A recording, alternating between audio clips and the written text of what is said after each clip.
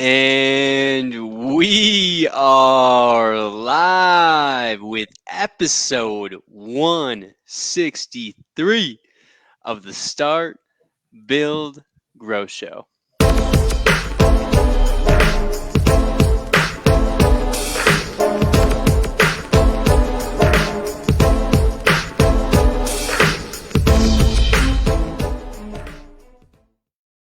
What is going on, Start, Build, Grow Nation? We are back for episode 163 of the Start, Build, Grow Show. Randy Brothers is taking care of some stuff. He's getting his tattoo finished up. I guess his artist is booked a couple years out or something like that. So the schedule's in line. But he promised us he'll be jumping in at some point into this episode. So I look forward to the Randy Brothers guest appearance.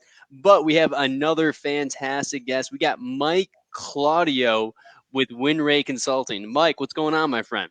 What's up, man? 163, that's kind of impressive. We're still going, man. We're still going. You know, I was looking back actually because, you've been on the show before. We've been connected for years now. We go way back. I mean, I feel like me and you kind of started at the same time in terms of creating video content online and marketing material and all that kind of stuff. You were on episode like 30 something. Really? And so, I mean, what do you think? So episode 30, man, that was probably like 3 years ago, 2.5, 3 years ago. Where were you then, man? I mean, we're going to get into the deep dive of WinRay Consulting and everything you got going on. But, man, you've come a long ways, man. Bro, it's like, if I think about where that was probably like early to mid 2019, probably. Yep. So, like, yeah, 2.5 years ago, like, I was just a noob who didn't, had a dream, but no idea how to get there. And like, I'm not saying I figured it out, but I definitely have a better clarity as to like who I am and what I'm trying to accomplish. Like back then it was like, I'm helping people, but I don't really know how, but I'm bringing value, but there really wasn't a lot of structure or clarity as like who I wanted to be. And that's definitely something I've solved over the last couple of years. And I think it's worked. I mean, you've seen it in the content growth, the YouTube channel is blowing up. The podcast has been growing. The impact and the audience has grown pretty substantially. So, and like I'm not done, but I mean, I'm pretty proud of what I've built over the last couple of years, as I'm sure you guys are. Because I mean, it's just like, I think like the short answer is we just outlasted everybody who wasn't willing to like put the work in. A lot of like great ideas and put content out and did their 10 or 20 episodes. Like no one's listening. This isn't even worth it. We just like, I mean, I think we had a similar conversation when I came and met with you in person was like, we're just doing this like indefinitely. Like there is no like end game. It's just, we're going to be putting out content. We're going to be bringing value to people. We're going to be putting, our best effort and we're going to continue to evolve in the process. There was no like target or end game. It was just do the work and see what happens. And I think that's, you nailed it 100%. It's just, hey, we're going to do this. We're going to keep going. And eventually something's going to hit. We're going to get some traction. Right. And we're going to adjust as needed. We're going to pivot if needed, but we're going to keep going. Well, I thought you got a lot more sponsors than you did last time I was on the show. That's for sure. So people are paying us now, man. So that's good. That means they're on the right track. We got a few customers. We got a few sponsors, right? Wow. Things are going good. But no, you nailed 100% too with, when you were first starting, when we talked back in 2019 on episode 30 or whatever it might be, you nailed it. It's like you were 100% sure where you were going, right? And I think that's one of the most exciting things about entrepreneurship is making that jump, and then from there trying to figure out what the hell you're doing. When you were getting going, man, what was that experience like? Were you just trying different things? Were you trying to just learn from people? Like, how were you trying to get some traction and get a better clarity of where you're going with WinRay Consulting? I mean, when it started, it really came out of people were already kind of asking a lot of questions because I had a lot of success from a leadership perspective in someone else's company. But like I was basically number two and not to tell a lot of what kind of company too? Let's do a little intro there too, if you don't mind. Yeah, sure. So for anybody who doesn't know me, if you don't know me, you haven't been on the internet for the last 2 years. But, so I'm Mike Claudio. I currently own WinRay Consulting. I own currently a demolition and grading company and a nonprofit called A Champion Shoes. But where I started in the industry, I left corporate America, like helped run a remodeling company for a couple of years, helped run a roofing company for a couple of years. When I was with the roofing company, I was kind of a player coach. I had my own pipeline of customers and I had anywhere from 3 to 5 sales guys working for me during that 2-year period I was there. And to give some reference, this is not me bragging, but in 2018, I sold $3.8 million in roofing on my own. And then we did about, I think it was like 5.5 or 6 million as a team. So from that perspective, like I've been around, I've had growth, I've helped companies grow. I've learned a lot, right? Like when I left corporate America and got into remodeling, I had never sold a project in my life. And I basically took over sales, marketing, and estimating for a small remodeling company. It was a good friend of mine. He was trying to grow, wasn't sure what was holding him back. I was ready to get out of corporate America, which I had some really good success there, over almost 10-year period. And that remodeling company I took from 300,000 to 2.5 million in 2 years. And I basically learned how to estimate, sell, market, lead, grow, all the hard stuff with no background in it, which I think brought some value and it also hurt me a little bit. But I learned a lot about what I'm looking at and what I'm working on by learning the hard way. Even now in coaching and helping people, like at this point, we run the numbers. I think I've coached almost 200 companies in the last 2.5 years. Wow. And so I've learned even in that process about what works, what doesn't work, how to articulate things so it lands. And that's no different than business. As a leader, you have to learn how to speak to your clients, how to speak to your customers, how to speak to yourself. That mental game we talked about a lot. All that plays into it. So, I left I was vice president of the roofing company. I left there, and basically beginning of 2019, I started coaching full time. And from there it was just like, I'm going to give it a year. 2019 was my like test year, we'll call it proof of concept year. If I can hit certain metrics in that year, I'll call this a career and go after it, as opposed to like, I didn't want to struggle forward like forever, but I gave it like 11 months of I'm committed for the rest of this year, 2019. If I can hit certain revenue targets and implement a few things, I would call it a success. I'll call it a business, and I will go all in on it. So hit those things, did those numbers, hit what I wanted to hit. And then really just like realized in December 2019, like I was really good at this. I was making a lot of strides. I was building a lot. And that's when I really started getting into, because it was like September, October 2019 when I really started taking the podcast seriously. And it was really like spring of 2020 when I started taking YouTube seriously. And that's really where things started growing, right? Because my name got out there to a broader audience faster, which brought in more, opportunities for me to work with people, which yielded more success, which got me into new marketplaces and yada, yada, yada, just like you guys, right? Like, every success story you've had as a customer brought you 2 or 3 more customers. Well, when you've helped 200 people over 2 or 3 years, you're bound to continue to grow. And I'm growing pretty substantially this year. But ultimately it was like, I'm going to commit to a podcast a week forever. And I'm committing to a YouTube video a week forever. And that was it. Like, this is just what I'm doing now, because, very early on, like probably early 2019, I just said, most people suck at public speaking and most people suck at being on camera. So I'm going to go become an expert at those things, and I'll beat everybody who's not willing to do it, which severely minimizes my competition. Like I said that from the beginning. Like I've shared my first YouTube video a couple times. It's terrible. But I was just going to do it. Like I didn't care what it looked like. I didn't care. I'm going to go be great at this. And guess what? I got really good at public speaking. I got really good on camera, and my business grew.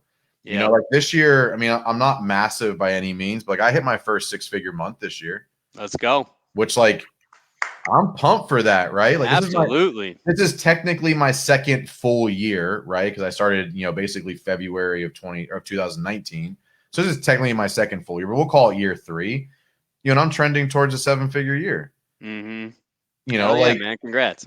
In 2019, I did 125 grand. Exactly. Right. So it's like, I just committed to the process, which I think most people are not willing to do. We kind of talked a little bit about that kind of before we even prep for this call. Most people are not willing to commit to the structure, the process, the system, the content, whatever it is, basically until it works. There is no defined timeline for that. Why do you think that is, though, that people aren't willing to commit to that? Are they scared that it might just never pan out and they're just wasting their time? Or here's what I think. I think people give themselves a very unfair expectation of the timeline at which the success they need to see to prove success is supposed to come. So like they're saying like, okay, within 3 months, this should lead to some business and then it'll be worth it. Or like, hey, if I start posting on Facebook, I posted every day for the last 3 weeks. No one's even commented on it. Motherfucker, I've been posting on Facebook every day for like 3 years. Right. So I think people put these predefined timelines on stuff. Yeah. And if they don't see the success by the timeline, they either negate the process altogether or they minimize their requirements of success in the process. So, yep. I think that's it. I think it's people have this, well, if, I'll give this a month and we'll see what happens. For me, it was, I'm going to become the greatest on video and public speaker the world's ever seen. And I don't know when I'm going to get there, but I'm going to get better every day until I do. Right. And now I get paid to speak to teams all the time. I get paid a lot of money to coach people. I'm literally getting 12 or 15,000 views a month on YouTube right now. Again, not massive, but I've only been focused on it for a year, and I only need 20 to 30 customers a year to be incredibly successful in this business. Exactly. Right. So 12 to 15,000 people a month are seeing my shit. That took a year to get to that number, and I'm nowhere near done, but the process has been the same. If someone asked me, because the last 6 or 8 months have been really big for my brand. Like I can't tell you exactly why. And I don't know exactly what the transition point was, but the last 6 or 8 months I've seen a very big uptick across all things. And someone asked, well, Mike, what changed? And I'm like, nothing. People just started paying attention. Like the podcast is the same. The YouTube channel process is the same. The Instagram account's the same. I've gotten a little bit better every time I post, but nothing's changed from the process. People just started paying attention. Exactly. Because I became unignorable. I'm too many places. You see me too many places. And there are people that are like, well, I've never heard of you, Mike. I know not everybody knows me. But when I get thousands of impressions a day on Instagram, tens of thousands of views a month on YouTube, I'm getting, 400 to 500 listens a day on my podcast. That's a fuck ton of people paying attention. And then they share it and they post on Instagram about her. They share an episode, or I bring on a new guest, and all of a sudden it's like, boom, a big pop. And you don't know when that pop's going to happen. You can't plan that. You just do the work, and all of a sudden you're like, shit, we've seen massive growth. We've seen 100% growth month over month on the podcast, like almost all year. You can't plan for that. There's no there's no amount of, I haven't spent any money to grow it. I don't think there's an amount of money you can spend to buy listeners. No. The content just has to be good. And you've seen that, you've been doing this. This is the 163rd episode. You should seriously post a before and after of the analytics from our episode, the first one to this one, right? 100%, yeah. You should post it because it's real. That's what happens, right? And sometimes you become unignorable. There's plenty of people out there that don't like us. There's plenty of people that plenty, right? But the people that listen to your content and consume it on a regular basis, those are the people that are going to work with you because they already know who you are. They already like you. They've built a relationship with you through your content by listening to it. So it weeds out the people you don't want to work with anyways. But it also turns haters into fans because at some point, someone might not like you for something you said once, right? Yeah. But if you keep showing up and being your best self and bringing value, I've converted a lot of people who did not like me into paying customers because they just man, I didn't like you at first, but I just kept listening and man, you really say some good shit. I like the way you act. Because you're real. I'm real. I'm authentic. So you're not gonna you're not always gonna like what I have to say because I'm real. I'm not trying to be for an audience, but a lot of what I say lands with my intentional audience. So eventually, if you keep listening, you're bound to turn around at some point, or you just go away and never come back. But I'm just trying to. It's not about being the biggest brand or being most recognizable. It's just about being consistent. Which is why I wrote the book, right? That was the next phase in the strategy.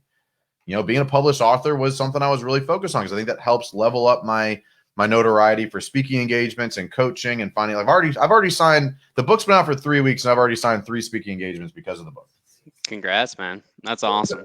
And I didn't know that was going to happen. I was like, I'm gonna write the book. Maybe no one will buy it. I think I've sold 800 copies in the first 3 weeks.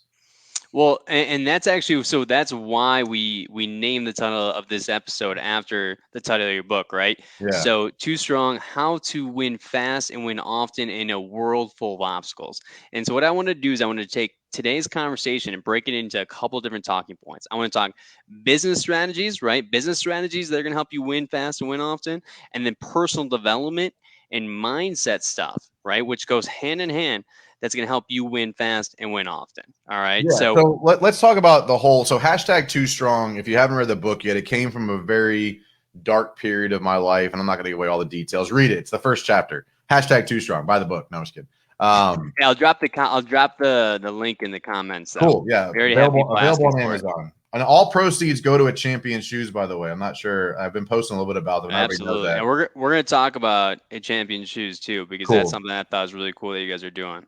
All right. So the book, right? So Win Fast, Win Often, which is like something I've been talking about from the beginning. I've gone all in on the whole like winning championship stuff. Like my hat says win, my tattoo says Win Fast, Win Often, but it's a mindset. So the book is really around helping people win the little things, the relationships, the conversations, the accountability, the follow through, the follow up, the little things, the fueling yourself, because what most people devalue is the power of winning the next decision, because you don't get into holes overnight. You don't get out of holes overnight, right? Look at you. I'm going to go run 100,000 miles. Great. I'm really proud of you. But like, you don't just wake up one day and say, I'm going to go run 100,000 miles. Like, you worked up to it. You won the little decisions. You went for the runs when you didn't want to. You fueled your body correctly. You probably adjusted some of your behaviors. You probably slept differently. You laid your clothes out differently. You had to be different. For you to be successful and not hurt your knee again. Yep. You had to be intentional with every decision you made in preparation for that race. But life is no different. The Win Fast, Win Often mindset mentality is about winning the next decision. And if you don't know what your vision for your life is, if you don't know what the scoreboard you're comparing yourself to is, it's very difficult when you're faced with an A-B decision that neither one is obviously wrong. It's difficult to win that decision, because it's like, it's easy when it's like jump off the cliff or go to dinner. Okay, I'm going to go to dinner. Seems very obvious. But if it's like eat the salad or eat the burger, no bun, or am I getting a burger with a salad? Like, those are the things that people struggle with, the little decisions throughout their life. You know, do I have the drink? Do I not have the drink? Do I spend time with that person that like absolutely drains my energy, or do I not? And so the biggest mindset shift, in my opinion, then I'll get to the other things you talked about, but I think this is the biggest part, is understanding what winning the next decision looks like setting your clothes out, getting up on time, making sure you get your workout in, making sure you're reading, making sure you eat right, making sure you invest time in the right relationships, making sure that you have structure in your calendar and your task management so you can continue to follow through appropriately, and understanding the power of reciprocity and giving without expecting, and having a core value system that you live by. It all plays into it. There is no singular way to win in life. There's too many inputs. There's too many obstacles. The world is full of it. The world is full of scenarios that pull you away from what you're supposed to be doing, period. So the book is really laid out in a lot of stories from my life. So like, I'm not sure, have you read like Extreme Ownership or any of the Jocko books? Yep. So I kind of like, I didn't want to like match it, but I kind of mirrored my book, and like every chapter starts with a story that led to a lesson. And then the lesson that I learned led to a strategy that I built to overcome that thing. Right. So whether like, for a lot of people that don't know this, like I'm about 235, 238 right now. I was 320 pounds at one point. So like, how did fueling my body and mind impact that? And why was it so important? And how do I go about doing it now? And like, at one point I was $150,000, $200,000 in debt. Well, how did I learn that lesson? And how did I come out of it? And how did I set financial targets? And how did I start to save appropriately? And how did my wife and I set goals for ourselves to make sure that we're heading in the right direction and tracking those things? Because I think most people outside of like sports winning have never been taught how to structure their adult life to win. I don't think a lot of people have been taught. I think it's a fair statement. Yeah. I think guys like you who have failed and were resilient and had grit and the mindset, you built systems and strategies that work for you, right? But like, that was out of you going out and like paying for advice and getting into groups and getting around like-minded and better people. 95% of Americans don't have that. They don't have that support network. They don't have those people to look up to. They might be the best person in their town or the best person in their family, but they're still severely underperforming to what their potential is. And I think it's just a rare group of people that are willing to really strive for like not what's better than most, but what's the best version of me. And that's really what this book is about. There's chapters around setting goals and accomplishing them, structuring your time appropriately, investing in the right relationships, following through, following up. It's not just business. It's not just life. It's structuring yourself as a human to be the best version that you can be from the lessons I've learned, right? Like these are just my lessons. It's not for everybody. And like there are people that probably don't agree with everything I brought up or said, but I'll tell you, I learned a lot of really hard lessons the hard way. And a lot of what I talk about in that book is how I overcame or came back from the debt or the weight or the depression and the anxiety and the suicidal thoughts and the drinking problems I had and the women problems I had and like all these mistakes I made that I didn't just like settle and say, this is just who I am. Like, I hope everybody likes it. No, it's like I wasn't happy with who I was. And I had to overcome that and climb out of that. And there's a bunch of stuff in there, you know, from front to back, honestly, about problems that a lot of people that struggle with that feel like there's no way out or there's no way to be better, or they don't know how to be better, whether it's, like I said, like just something as simple as being accountable and like following through on what you say you're going to do. I mean, how hard is it to find people who will actually follow through and do what they say they're going to do, right? Which, do you understand the competitive advantage that gives you in business and in life? If you're somebody who can say something and people will actually believe you, it's worth tens of millions of dollars. Yeah. That simple skill set. The fundamentals. But you call it fundamentals, but it's also like the exception, right? Yeah. And so the book goes into like, how do I go about structuring my calendar, my task management tool, and setting proper expectations so that I can properly follow through on what I say I'm going to do? That simple lesson will make anybody who implements it millions of dollars. I promise you. So it took a bunch of small decisions that compounded to get you in a place where you were overweight, you were in, $100,000, $150,000 in debt, right? You were drinking, whatever it might be. How did you reshift your mindset to all of a sudden have that ability to make better decisions that over time got you where you are now? It came down to I was willing to do anything to change who I was. Like the pain of looking in the mirror and being who I was done with it. I didn't know how I got there, but and here's the part that I talk about, and I think is so important. I said this earlier, is there was no predetermined timeline at which I was going to get better. Life is a continual quest. There is no end. And I made that commitment like 10 years ago that says, if I'm going to live another 50 or 60 years, I'm going to forever try to be a little bit better every day. And that's all I looked at. The win fast, win often mindset mentality was a survival mechanism. So I would just win the next morning and then win the next meal and then not have that drink or not have the whole bottle or not eat the second burger. Like it started as just, I'm going to win the next decision I'm faced with, because you can't fix yesterday's and you can't make tomorrow's. So all I'm going to focus on is right now. Like I had my chicken and fucking sweet potato tonight. Like here's something like crazy. And people think it's crazy. I think it's the most genius thing ever. I've eaten the same 4 meals every day for like 120 days. Makes the decision a lot easier, doesn't it? I literally am not even allowed to, I don't even cook my own food anymore. My wife makes it and delivers it to me in my office because I can't be trusted with that decision. But guess what? I've gained 16 pounds of muscle, dropped 8 pounds of fat, and lost 7% body fat this year.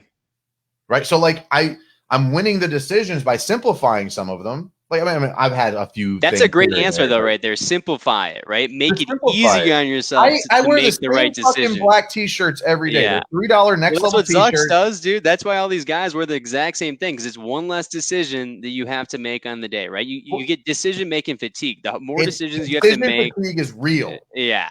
The worse you're going to be at making the decision. So simplify your decisions, make less decisions, right?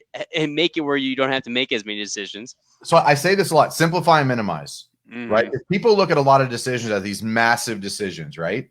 But what's the next piece you need to decide on? That's it. So simplify and minimize. What is the simplest next step you can take? Because it's not about, oh man, I'm deciding to lose 100 pounds. No, you're deciding to not eat like a 3-year-old tonight. Yeah. Like that's the only decision you're making. Yeah. If you look at it as I'm deciding to lose 100 pounds, oh my God, how am I going to do this?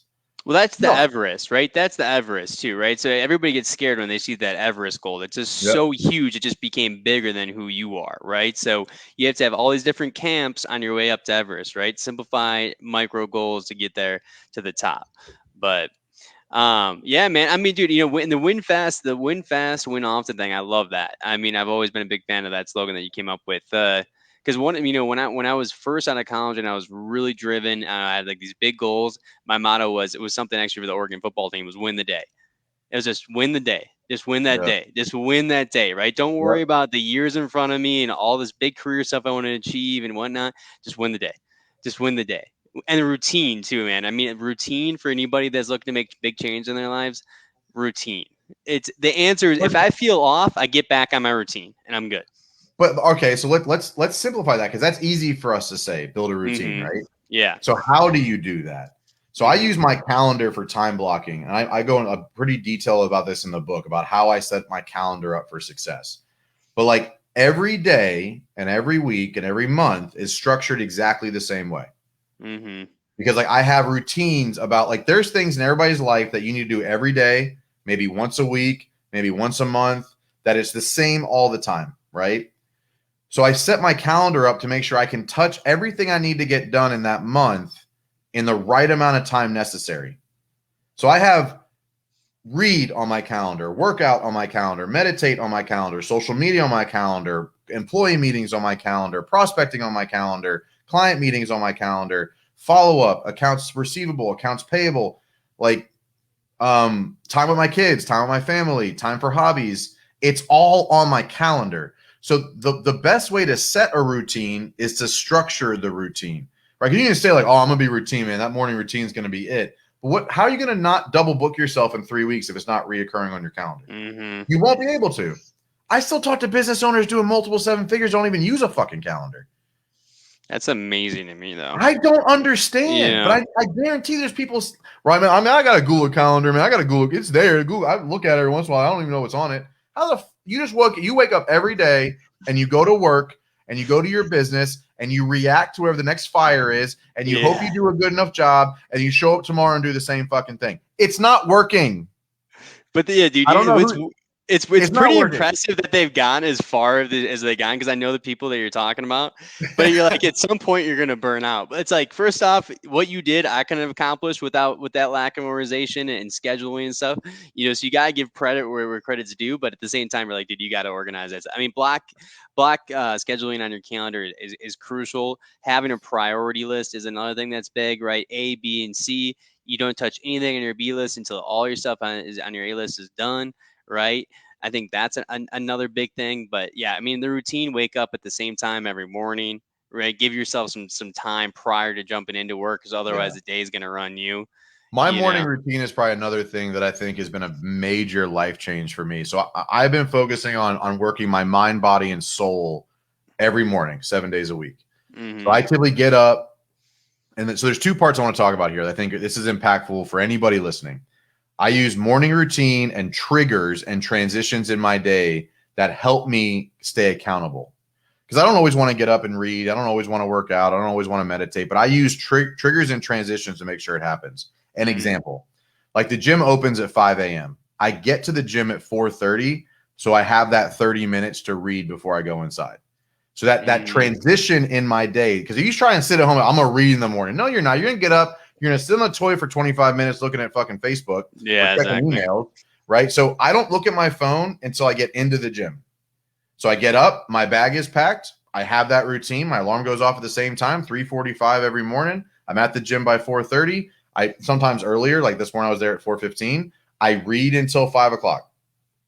So I physically can't get into the gym. So I force myself to get there, by 4:30. So that's that trigger and transition, the transition in my life. I'm physically moving my body from one place to the next. And that started years ago when I used to get overwhelmed in sales because there were so many inputs, where like I would get to a job site and I would take 5 minutes to like check in on everything I missed while I was driving. And then before I left a job site, I would take 5 minutes and check in on everything that I missed during that meeting.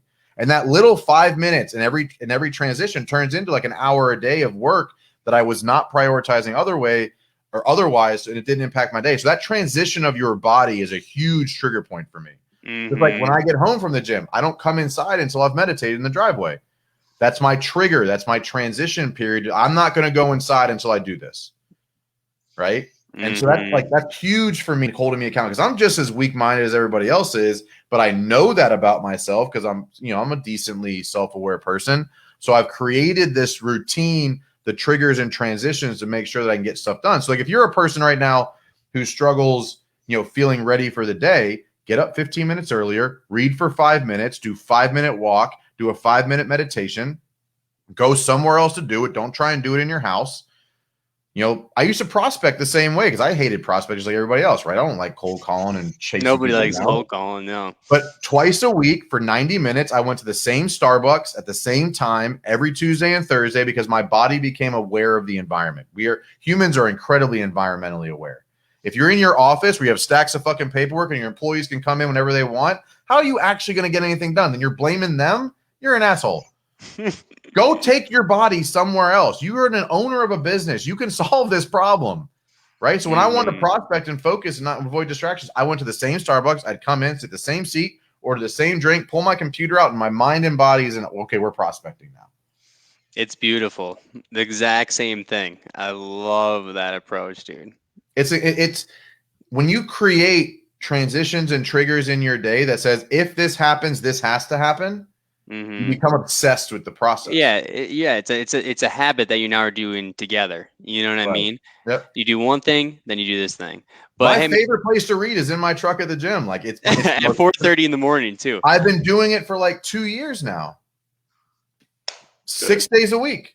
Dude, I love that, man. That's awesome. Well, so hey, I want to take a quick break here to thank our sponsors, but after that, we get some more good stuff to go in. I definitely want to go more into setting goals because I think we have some good stuff to talk about there and creating winning streaks. And then we might as well give a little flavor of some stuff that I know you're good at, which is managing the pipeline and creating a predictable pipeline as well. But we're going to start with a headline sponsor, Job Nimbus. Job Nimbus is a fully customizable back office solution. Track leads, jobs, tasks from one easy-to-use software. And with the largest ecosystem of integrated partners, if we don't do it, we have a friend who does. Learn how the #1 back office system in roofing can help you be efficient, be organized, be professional, and be profitable. All right, so if you somehow have not checked out Job Nimbus yet, give them a shout, right? Hit them up. Go to info.jobnimbus.com/roofing-academy. You know, we're a big believer here. We think it's one of the best tech companies in the roofing space. Great way to systemize your systems or your processes for your business. Make sure you're checking them out. Next, we have, we have C3 Group. C3 Group's learning management system allows users access to digital training content, virtual trainings, and integrated chapter exams, all with the goal of helping a student prepare for user certification exams, as well as prepare them for real-world situations we know are faced daily. As a leader in this marketplace, we will continue to add value wherever possible to better our industry as a whole. Join us today and be part of that change.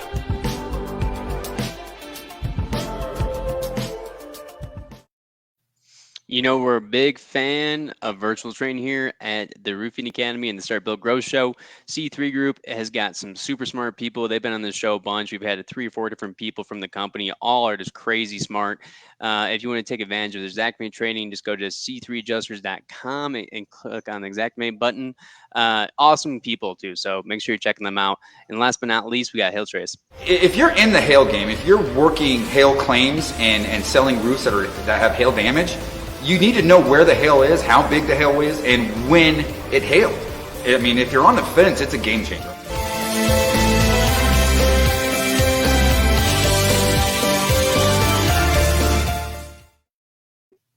Mike, I told you that Randy was going to show up, but I didn't lie, right? So yeah, if you guys Job Nimbus have been your sponsor. Like I transitioned to them back in 2018 when I was at the roofing company. Oh, for real? Yeah.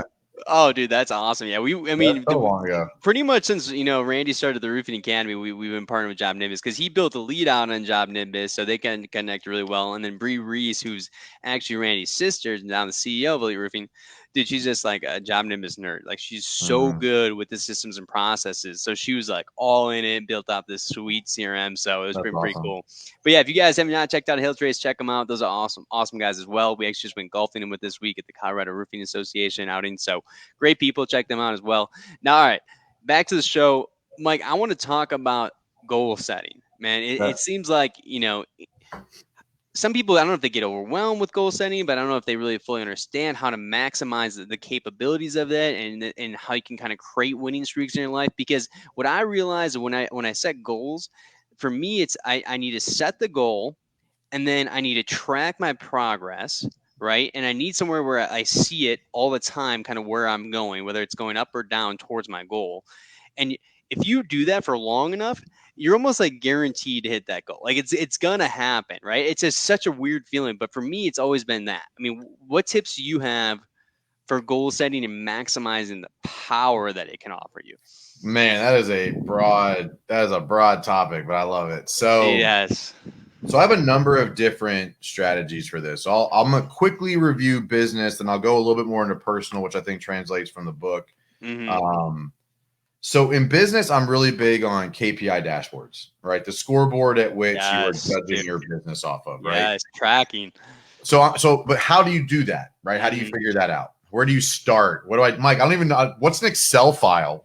Like, Google it. But, from the standpoint of a business owner understanding. So what I do is, if you look at do you know what EOS is? You familiar with EOS and traction? So if you look at that project or that program, which I'm a big fan of, they basically break a business down into like 5 to 6 departments, right? Sales, marketing, operations, production, finance, HR.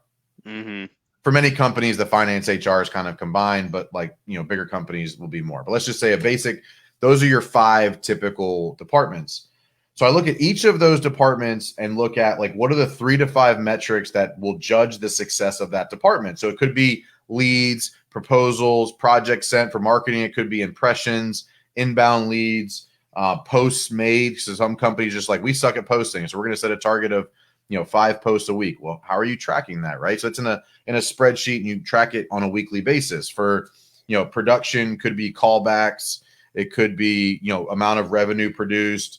It could be interviews made for laborers. You could track what in each department needs to be changed, right? If you shine a light on something, you track the metrics, you're likely to change the outcome.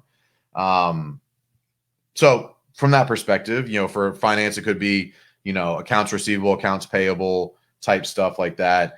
But in general, from a business perspective, look at those 5 different departments, find the 3 to 5 metrics in each department you want to make a change or impact on. My suggestion is you track what they are for about 90 days. You look at the 12 weeks. If you track it once a week, what was the total for that week for each metric? Then you can say, okay, what is the minimum standard requirement? Because if I said, hey, set a standard and then start tracking, you wouldn't even know where to start because you don't even know what the numbers are now. Yeah. So I think if you pick those, let's just say 15 metrics, KPIs, and you're tracking them on a weekly basis in some sort of shared file, like Excel file in Google Drive or something, doesn't need to cost money. Just create a spreadsheet. You assign each KPI to a person on your team who's responsible for it. So their job is to go in and track that metric for the week. Like your sales manager, sales team could handle the lead section, production manager, something, accounts receivable, your controller could be another person, but each person owns a KPI for that week, or each KPI has somebody that owns it.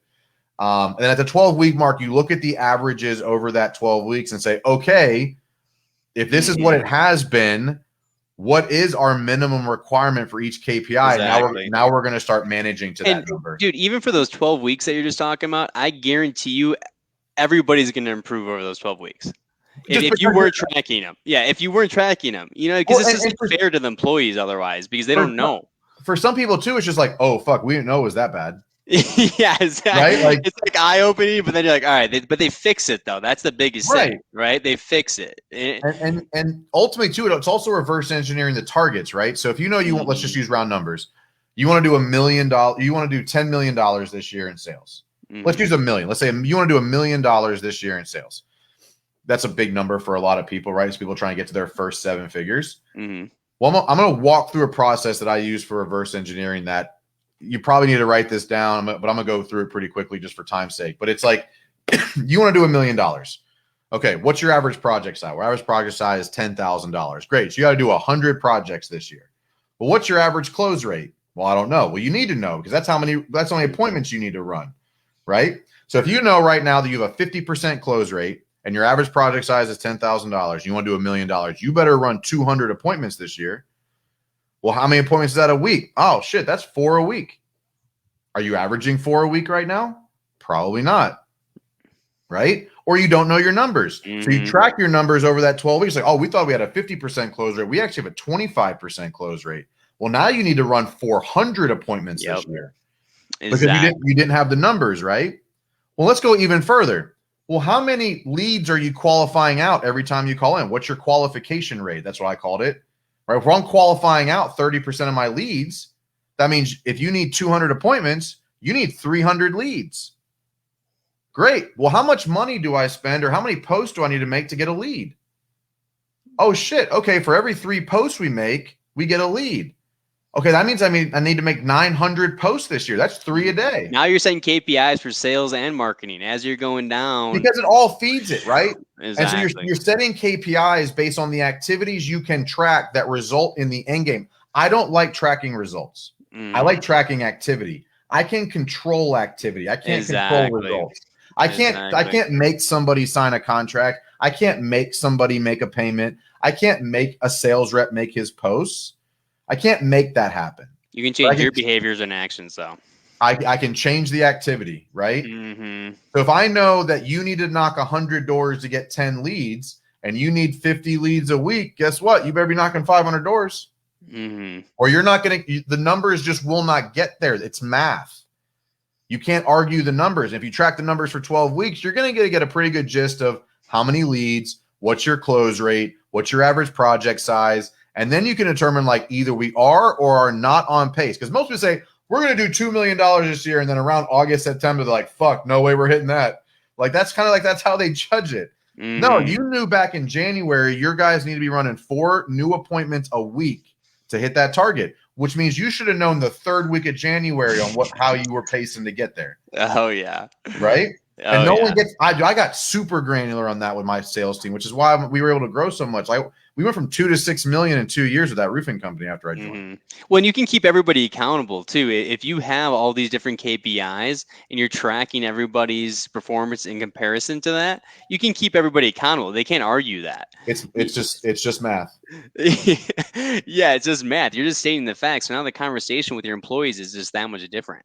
And it's not emotional. It's not like, hey, man, it doesn't look like you're working hard enough. Yeah, exactly. What the fuck does that mean? Yeah. If I'm hitting the numbers, I need to hit the targets. It's not about how hard I work. It's about how effective I am at doing the work. Hey, we agreed on this many appointments. How come you're not doing it? You know what I mean? Like what's going on? What can we do to change that? I mean, you can't argue that, right? They agree with those KPIs. You know, it's part of it. And I think a lot of employees appreciate it. Yeah. I think here's the part that most people underestimate. And I don't know. I've been saying this for a long time. So maybe you'll agree or disagree. I don't know. Mm-hmm.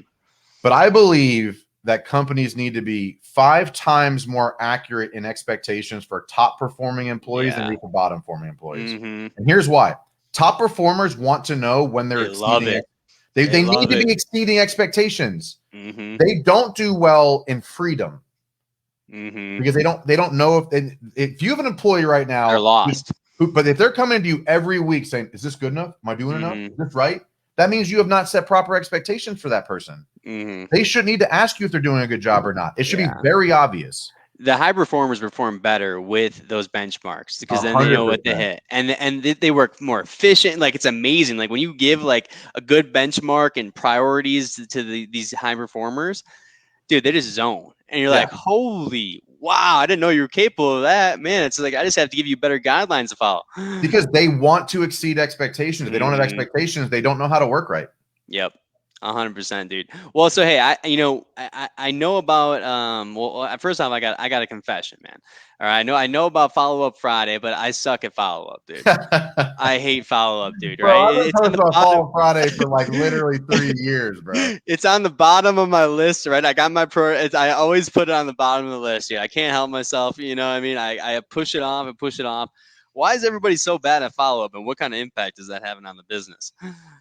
I don't know because I've never not followed up, but I'll tell you, I tracked this for about a 5-year period between the remodeling company and the roofing company. I wanted to know, and I kind of tracked the activity a little bit, and I equated, and this was a rough estimate based on some rough tracking, but about 40% of the revenue generated was from follow-up activity.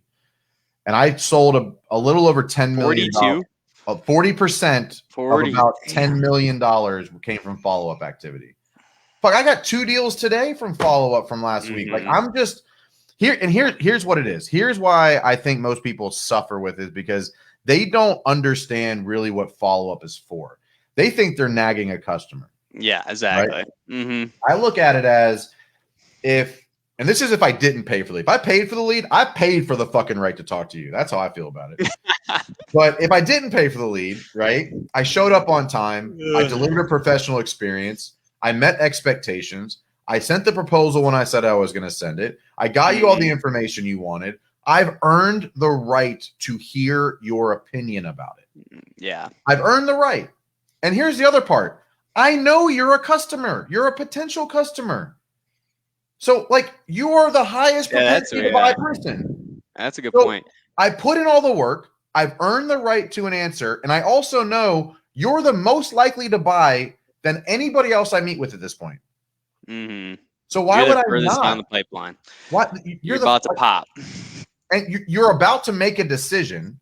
Yeah. And I learned this lesson a really hard way because most consumers suck. Yeah. I'm sorry. They do suck. If you're a consumer, you suck. You just don't know it. But we all do as consumers, yes. But here's the reality of it. Like one time, very early in my remodeling days, I lost a $30,000 contract because the guy just lost my contact information. No, and so he couldn't reach out even if he wanted to. He couldn't find me, so he had to go with somebody else. And I ran into him at the store like 2 months later, and I'm like, you fucking mean to tell me? Because like at that time, like our average project size was like $3,500. This is early on. So this is like 10x, dude. It's a 10x. It's like the biggest project ever sold in remodeling world. I'm like, you mean to tell me you fucking deleted the email and couldn't find it, and because I didn't follow up with you aggressively enough, you just went with somebody else?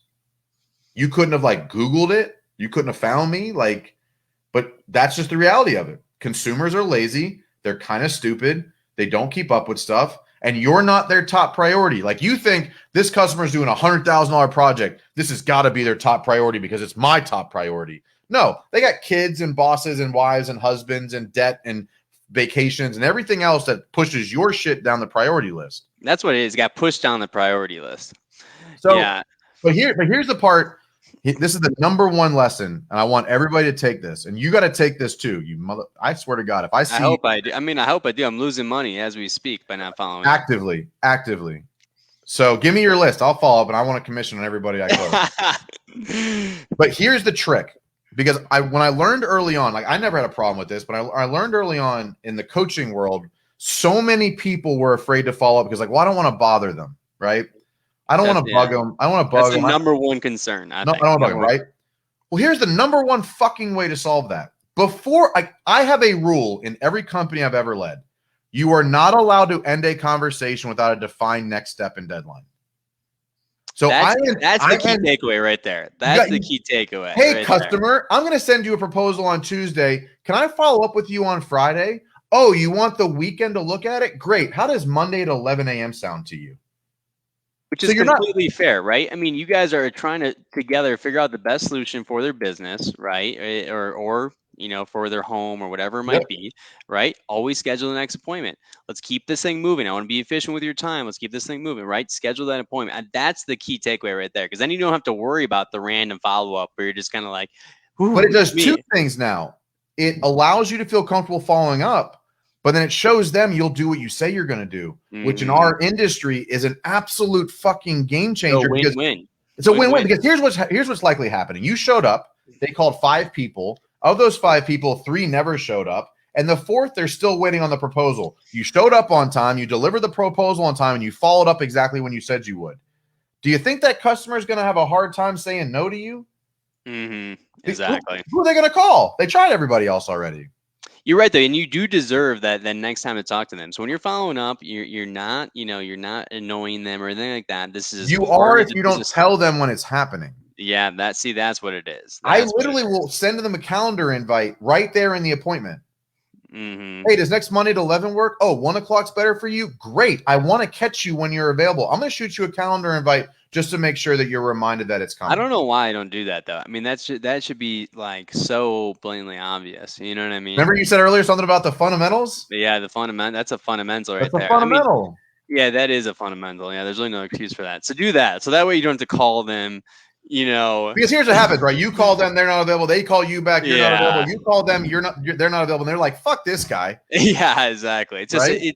yeah, you want the communication to just be clean. You know what I mean? If the communication just to get a hold of each other is like bumpy like that, you're just ruining that It's experience. friction. You're creating friction. Yeah, you're creating friction. Yeah, exactly, man. But hey, Well, man. So but I'm going to overcome one objection for you because this happens right. a lot.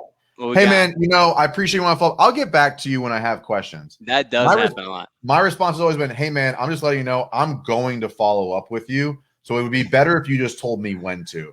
So that because I'm going to. And I'm like, I'll laugh like, hey, man, I got this thing. Like, I follow people every Friday. So, like, I'm going to call you on Friday. Like, if Friday's not great, why don't you tell me what is great? Because I'm going to follow up with you. Yeah, yeah, exactly.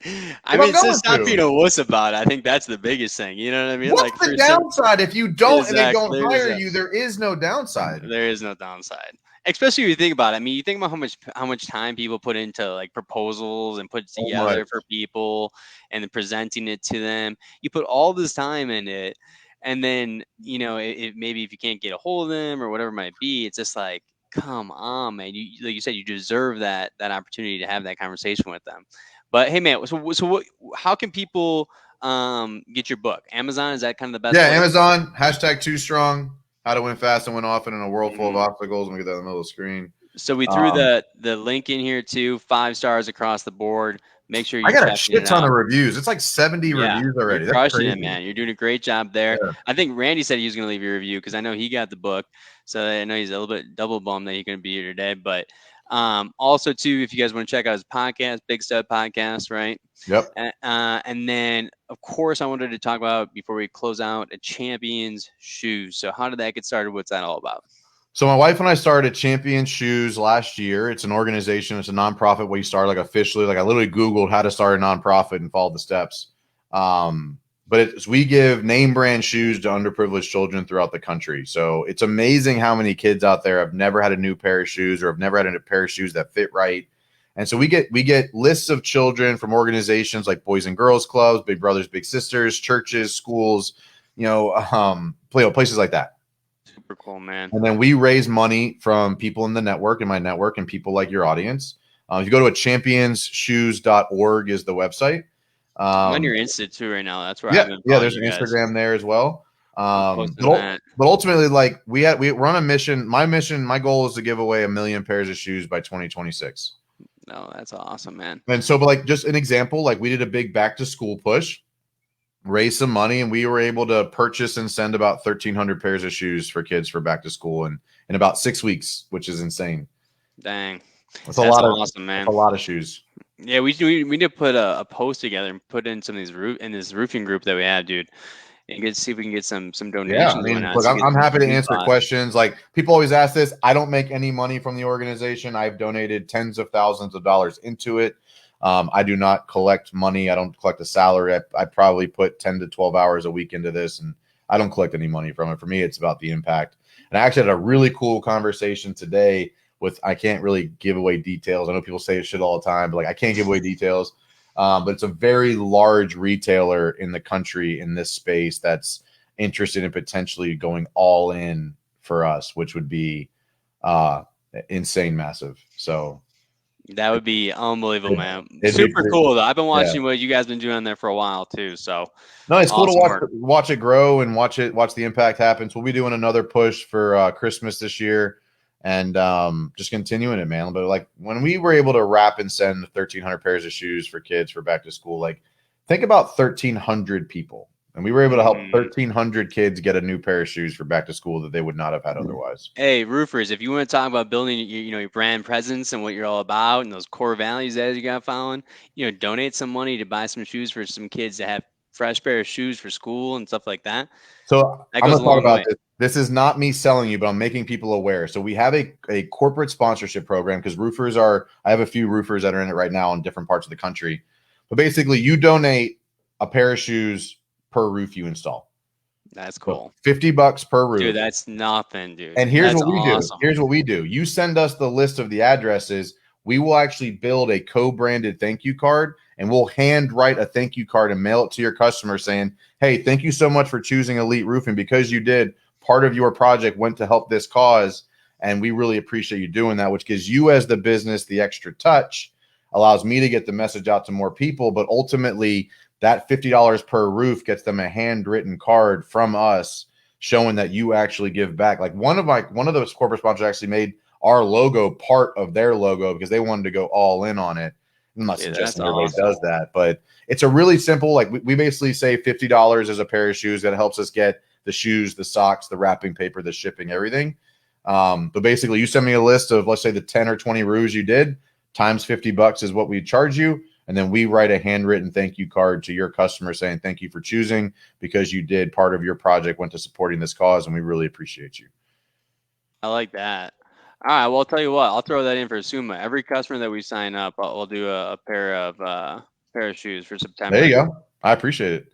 Yeah, I mean, that wasn't me selling you. It's just like, I think there's a big opportunity because I don't think enough companies push the fact that they give back. Because I don't know why, but it's like, if somebody's comparing you to your competition, you're like, hey, a portion of your roof's going to support this cause to help kids in need, and your competition's not saying that, it's a reason to go with somebody who's maybe a little more expensive because you have a purpose behind what you're doing. Yeah, I mean, it makes you feel good too. It makes the the people that work there feel good. I mean, it's kind of a no-brainer. Like if you do per roof, it's like, dude, you got a $20,000 roof or something like that. Like who cares about $50?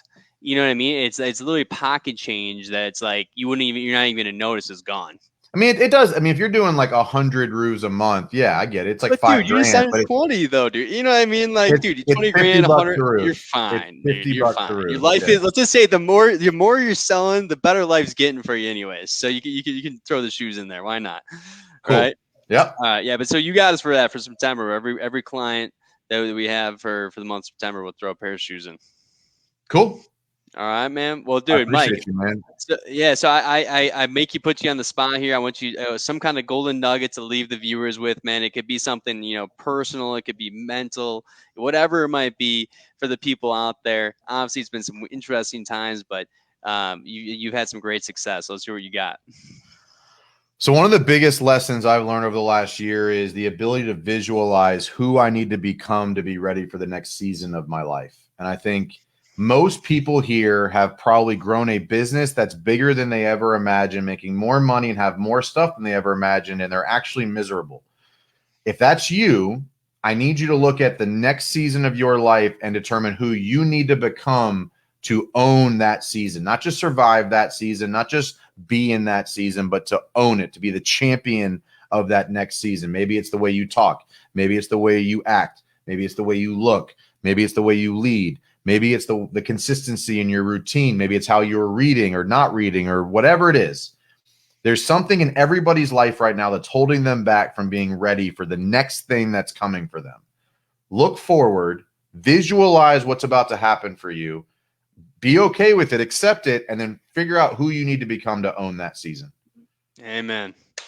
Well, Mike, man, thank you so much for joining me for episode 163, man. It's a pleasure to have you back on. It's so much growth since we last had you. So I'm very proud of you, man. Congrats on everything. Appreciate it, bud. Appreciate it. Thanks for having me on.